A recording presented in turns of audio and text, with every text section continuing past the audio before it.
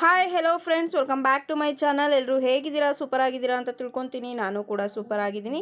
ಗೃಹಲಕ್ಷ್ಮಿ ಯೋಜನೆಯ ಹಣ ಯಾರಿಗೆ ಬಂದಿಲ್ಲ ಅಂತ ಅಂದರೆ 2-3 ತಿಂಗಳ ಗೃಹಲಕ್ಷ್ಮಿ ಯೋಜನೆಯ ಹಣವನ್ನು ಪಡೆದುಕೊಂಡು ಉಳಿದಂತಹ ತಿಂಗಳ ಹಣ ಯಾರಿಗೆ ಬಂದಿಲ್ಲ, ಸೊ ಪೆಂಡಿಂಗ್ ಯಾರಿಗೆಲ್ಲ ಉಳ್ಕೊಂಡಿದೆ.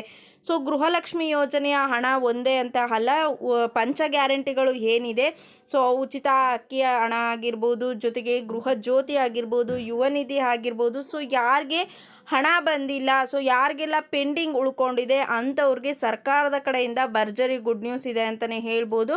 ಇನ್ನು ಮುಂದೆ ಪ್ರತಿ ವಾರನೂ ಕೂಡ ಶಿಬಿರ ಅಂತ ಮಾಡ್ತಿದ್ದಾರೆ. ಸೊ ಆ ಒಂದು ಶಿಬಿರದಲ್ಲಿ ಏನು ಆ ಒಂದು ಸೊಲ್ಯೂಷನ್ನ ಕೊಡ್ತಾರೆ ಅನ್ನೋದ್ರ ಬಗ್ಗೆ ಕಂಪ್ಲೀಟ್ ಮಾಹಿತಿಯನ್ನು ತಿಳಿಸ್ಕೊಡ್ತೀನಿ. ಜೊತೆಗೆ ಬಸ್ ಚಾರ್ಜ್ ಅಂತ ಅಂದರೆ ಪುರುಷರು ಏನು ಪ್ರಯಾಣವನ್ನು ಮಾಡ್ತಿದ್ದಾರೆ, ಸೊ ಆ ಒಂದು ಪುರುಷರಿಗೆ ಬಸ್ ಚಾರ್ಜನ್ನು ಏರಿಕೆ ಮಾಡೋದಾಗಿ ಸರ್ಕಾರಕ್ಕೆ ಒಂದು ಒತ್ತಾಯವನ್ನು ಮಾಡ್ತಾ ಇದ್ದಾರೆ ಸಾರಿಗೆ ಇಲಾಖೆ ಕಡೆಯಿಂದ ಅಂತಲೇ ಹೇಳ್ಬೋದು. ಸೊ ಅದ್ರ ಬಗ್ಗೆನೂ ಕೂಡ ಕಂಪ್ಲೀಟ್ ಮಾಹಿತಿಯನ್ನು ತಿಳಿಸ್ಕೊಡ್ತೀನಿ. ವಿಡಿಯೋನ ಎಲ್ಲೂ ಕೂಡ ಸ್ಕಿಪ್ ಮಾಡಿದೆ, ಕೊನೆವರೆಗೂ ಕೂಡ ನೋಡಿ.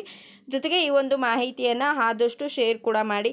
ಬನ್ನಿ ಫ್ರೆಂಡ್ಸ್, ವಿಡಿಯೋನ ಸ್ಟಾರ್ಟ್ ಮಾಡೋಣ. ಸ್ಟಾರ್ಟ್ ಮಾಡೋದಕ್ಕಿಂತ ಮುಂಚೆ ನೀವೇನಾದರೂ ಹೊಸದಾಗಿ ನಮ್ಮ ಚಾನಲ್ನ ನೋಡ್ತಾ ಇದ್ದರೆ ಸೊ ಪ್ಲೀಸ್ ಬೇಗ ಸಬ್ಸ್ಕ್ರೈಬ್ ಮಾಡ್ಕೊಳ್ಳಿ. ಜೊತೆಗೆ ಪಕ್ಕದಲ್ಲಿ ಕಾಣ್ತಿರುವಂಥ ಒಂದು ಬೆಲ್ ಐಕನ್ನ ಕ್ಲಿಕ್ ಮಾಡಿ ದೆನ್ ಆಲ್ ಅನ್ನೋ ಆಪ್ಷನ್ ಮೇಲೆ ಕ್ಲಿಕ್ ಮಾಡಿದ್ರೆ ನಾನು ಹಾಕೋ ಪ್ರತಿಯೊಂದು ಹೊಸ ವಿಡಿಯೋದು ನೋಟಿಫಿಕೇಷನ್ ಎಲ್ರಿಗಿಂತ ಮುಂಚೆ ನಿಮಗೆ ರೀಚ್ ಆಗುತ್ತೆ. ಸೊ ಎಲ್ರಿಗಿಂತ ಮೊದಲು ವಿಡಿಯೋನ ನೀವೇ ನೋಡ್ಬೋದು.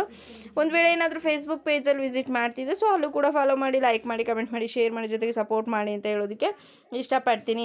ಎಸ್ ಫ್ರೆಂಡ್ಸ್, ಇವಾಗ ಮೊದಲನೇದಾಗಿ ಗೃಹಲಕ್ಷ್ಮಿ ಯೋಜನೆಯ ಪೆಂಡಿಂಗ್ ಹಣ ಯಾರಿಗೆಲ್ಲ ಉಳ್ಕೊಂಡಿದೆ, ಸೊ ಎಷ್ಟು ಫಲಾನುಭವಿಗಳಿಗೆ ಆಲ್ಮೋಸ್ಟ್ ಪೆಂಡಿಂಗ್ ಹಣ ಉಳ್ಕೊಂಡಿದೆ ಅಂತಲೇ ಹೇಳ್ಬೋದು.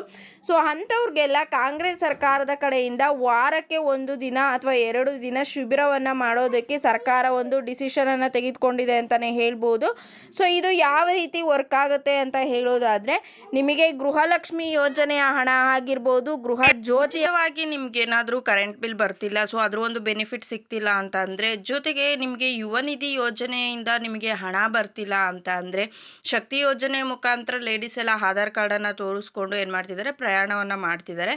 ಉಳಿದಂತಹ ಗೃಹ ಜ್ಯೋತಿ, ಗೃಹಲಕ್ಷ್ಮಿ, ಯುವ ನಿಧಿ ಆಗಿರ್ಬೋದು, ಅನ್ನಭಾಗ್ಯ ಯೋಜನೆಯ ಕಡೆಯಿಂದ ನಿಮಗೇನಾದರೂ ಹಣ ಬರ್ತಿಲ್ಲ ಅಂತ ಅಂದರೆ, ಸೊ ಈ ರೀತಿ ಎಲ್ಲ ಒಂದು ಯೋಜನೆಗಳು ಏನಿದೆ, ಸೊ ಪಂಚ ಗ್ಯಾರಂಟಿಗಳು ಏನಿದೆ ಕಾಂಗ್ರೆಸ್ ಸರ್ಕಾರದ, ಸೊ ಆ ಗ್ಯಾರಂಟಿಗಳಲ್ಲಿ ಯಾವುದೇ ಒಂದು ಗ್ಯಾರಂಟಿಯಿಂದ ನಿಮಗೆ ಪ್ರಾಬ್ಲಮ್ ಆಗಿದ್ರೂ ಸಹಿತ ನೀವು ಹೋಗ್ಬಿಟ್ಟು ಈ ಶಿಬಿರದಲ್ಲಿ ನೀವು ಹೋಗಿ ಮೀಟ್ ಮಾಡಿ ನಿಮ್ಮ ಪ್ರಾಬ್ಲಮ್ಗಳನ್ನು ಸಾಲ್ವ್ ಮಾಡ್ಕೋಬೋದು.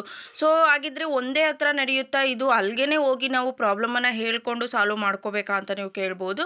ಇವಾಗ ಸದ್ಯಕ್ಕೆ ಏನು ಬೆಂಗಳೂರಿನಲ್ಲಿ ಪದ್ಮನಾಭನಗರ ಹೊಸಕೆರೆಹಳ್ಳಿಯಲ್ಲಿ ಈ ಒಂದು ಶಿಬಿರವನ್ನು, ಒಂದು ಕ್ಯಾಂಪನ್ನು ಹಾಕಿಬಿಟ್ಟು ಅಲ್ಲಿ ಎಲ್ಲ ಒಂದು ಫಲಾನುಭವಿಗಳಿಗೆ ಒಂದು ಸೊಲ್ಯೂಷನನ್ನು ಕೊಟ್ಟಿದ್ದಾರೆ.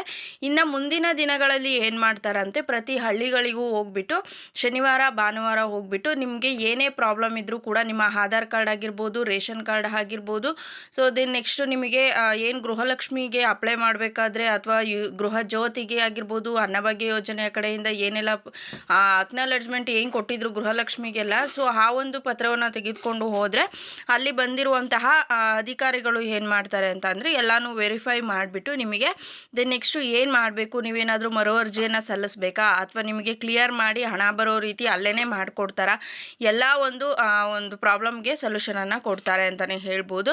ಸೊ ನೋಡೋಣ, ಇನ್ನು ಕೆಲವೇ ದಿನಗಳಲ್ಲಿ ಆಲ್ರೆಡಿ ನಡೆದಿದೆ ಬೆಂಗಳೂರಲ್ಲಿ. ಸೊ ಇನ್ನು ನೆಕ್ಸ್ಟು ಈ ರೀತಿ ಮಾಡ್ತೀವಿ ಅಂತ ಕೂಡ ಭರವಸೆಯನ್ನು ಕೊಟ್ಟಿದ್ದಾರೆ. ನೆಕ್ಸ್ಟ್ ಮಾಡ್ತಾರೆ. ಸೊ ಅಲ್ಲಿವರೆಗೂ ಕೂಡ ವೆಯ್ಟ್ ಮಾಡೋಣ, ನೋಡೋಣ ಏನು ಒಂದು ಇದು ಸಕ್ಸಸ್ ಆಗುತ್ತಾ ಅಥವಾ ಅನ್ಸಕ್ಸಸ್ಫುಲ್ ಆಗುತ್ತಾ ಅಂತ ನಾವು ಕಾದು ನೋಡಬೇಕಾಗಿದೆ. ನೆಕ್ಸ್ಟು ಫ್ರೆಂಡ್ಸ್, ನಿಮಗೆ ಹೇಳೋದಾದರೆ ಏನು ಸಾರಿಗೆ ಇಲಾಖೆ ಕಡೆಯಿಂದ CM ಸಿದ್ದರಾಮಯ್ಯ ಸರ್ ಅವ್ರಿಗೆ ಒತ್ತಡ ಜಾಸ್ತಿ ಆಗ್ತಾ ಇದೆ. ಏನಂತ ಅಂದರೆ, ಪುರುಷರು ಏನು ಪ್ರಯಾಣ ಮಾಡ್ತಿದ್ದಾರೆ ಅವ್ರದ್ದು ಬಸ್ ಚಾರ್ಜ್ ಏನಿದೆ, ಸೊ ಅವ್ರಿಗೆ 10ರಿಂದ 15% ಬಸ್ ಚಾರ್ಜನ್ನು ಹೆಚ್ಚಳ ಮಾಡೋದಾಗಿ CM ಸಿದ್ದರಾಮಯ್ಯ ಸರ್ ಅವ್ರಿಗೆ ಒತ್ತಡವನ್ನು ಕೊಡ್ತಾ ಇದ್ದಾರೆ. ಹಾಗಾಗಿ ನಮ್ಮ CM ಸಿದ್ದರಾಮಯ್ಯ ಸರ್ ಅವರು 8-10 ದಿನಗಳ ಆದಮೇಲೆ ನಾನು ಇದ್ರ ಬಗ್ಗೆ ಒಂದು ಡಿಸಿಷನನ್ನು ತೆಗೆದುಕೊಳ್ತೀನಿ ಅಂತ ಅಂದರೆ, ಬಸ್ ಚಾರ್ಜ್ ಜಾಸ್ತಿ ಮಾಡಬೇಕಾ ಅಥವಾ ಇರೋ ಬಸ್ ಚಾರ್ಜನ್ನೇ ಸಾಕಾ ಅಂತ ಒಂದು ಡಿಸಿಷನನ್ನು ಕೊಡ್ತೀನಿ ಅಂತ ಹೇಳ್ತಿದ್ದಾರೆ. ಬಟ್ ಇಲ್ಲಿ ಸಾರಿಗೆ ಇಲಾಖೆಯವರು ಕಂಪ್ಲೇಂಟ್ ಮಾಡ್ತಿರೋದೇನೆಂದರೆ, ನಮಗೆ ಸಾರಿಗೆ ಇಲಾಖೆಗೆ ಮೇಂಟೆನೆನ್ಸ್ಗೆ ಸರಿ ಹೋಗ್ತಿಲ್ಲ, ಎಲ್ಲದಕ್ಕೂ ಕೂಡ ಪ್ರಾಬ್ಲಮ್ ಆಗ್ತಿದೆ. ಅದಲ್ಲದೆ ಹಲವಾರು ಬಸ್ಗಳನ್ನು ಕೂಡ ಸರ್ಕಾರ ಕೊಂಡ್ಕೊಂಡ್ರು ಅಂತಲೇ ಹೇಳ್ಬೋದು. ಯಾವ ಬಸ್ ನೋಡಿದ್ರೂ ಕೂಡ ಮಹಿಳೆಯರು ತುಂಬಿ ತುಳುಕ್ತಿದ್ರು. ಹಾಗಾಗಿ ಏನು ಮಾಡಿದ್ರು, ಎಕ್ಸ್ಟ್ರಾ ಬಸ್ಗಳನ್ನು ಕೂಡ ಪರ್ಚೇಸ್ ಮಾಡಿದ್ರು. ಇದರಿಂದಾಗಿ ಏನಾಗ್ತಿದೆ ಅಂದರೆ, ನಮಗೆ ಸಾರಿಗೆ ಇಲಾಖೆ ಒಂದು ಆದಾಯ ಕಮ್ಮಿ ಆಗ್ತಾ ಇದೆ. ಸೊ ಮೇಂಟೆನೆನ್ಸ್‌ಗೆ ತುಂಬಾ ಪ್ರಾಬ್ಲಮ್ ಆಗ್ತಾ ಇದೆ. ನೀವೇನಾದರೂ ಬಸ್ ಚಾರ್ಜ್ ಜಾಸ್ತಿ ಮಾಡಲಿಲ್ಲ ಅಂದರೆ ಕಂಡಕ್ಟರ್, ಡ್ರೈವರ್‌ಗಳ ಒಂದು ಏನು ಸ್ಯಾಲ್ರಿನ ಕೊಡ್ತೀರಾ ಸೊ ಅದನ್ನು ರೈಸ್ ಮಾಡಿ. ಇಲ್ಲ ಅಂತ ಅಂದರೆ ಏನು ಮಾಡಿ, ನೀವು ಏನಿದ್ರೂ ಕೂಡ 10-15% ಅಲ್ಲಿ ಎಕ್ಸ್ಟ್ರಾ ಏನಾದರೂ ಚಾರ್ಜ್ ಮಾಡಿದ್ರು ಅಂತ ಅಂದರೆ ಆವಾಗಲೂ ಕೂಡ ಮತ್ತು ಡ್ರೈವರ್ ಏನಿರ್ತಾರೆ ಸೊ ಅವರ ಒಂದು ಸ್ಯಾಲ್ರಿಯನ್ನು ಕೂಡ ಜಾಸ್ತಿ ಮಾಡ್ತಾರೆ ಆಟೋಮೆಟಿಕ್ ಆಗಿ. ಸೊ ಹಾಗಾಗಿ ಒತ್ತಡವನ್ನು ಕೊಡ್ತಾ ಇದ್ದಾರೆ. ಹಾಗಾಗಿ 8-10 ದಿನಗಳ ಕಾಲಾವಕಾಶವನ್ನು ತೆಗೆದುಕೊಂಡು ಅದೇ ಅಷ್ಟೇ ಇರಬೇಕಾ ಅಥವಾ ಹೆಚ್ಚಳ ಮಾಡಬೇಕಾ ಅನ್ನೋದ್ರ ಬಗ್ಗೆ ಡಿಸಿಷನನ್ನು ಹೇಳ್ತೀನಿ ಅಂತ CM ಅವರು ಹೇಳಿದ್ದಾರೆ ಅಂತಲೇ ಹೇಳ್ಬೋದು. Thank you.